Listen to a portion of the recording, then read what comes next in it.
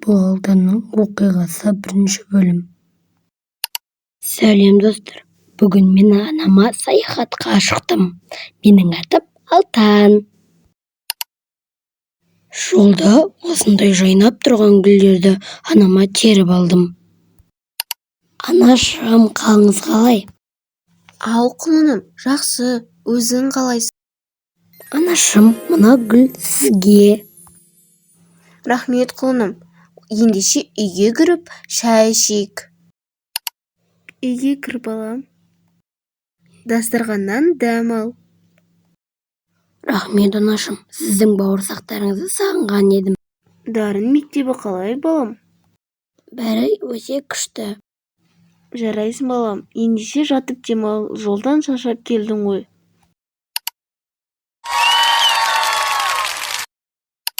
Балаларға тегін балмұздақ. Сау болыңдар балалар. 2-ші бөлімін көргілерің келсе, маған тіркеліп лайк басыңдар.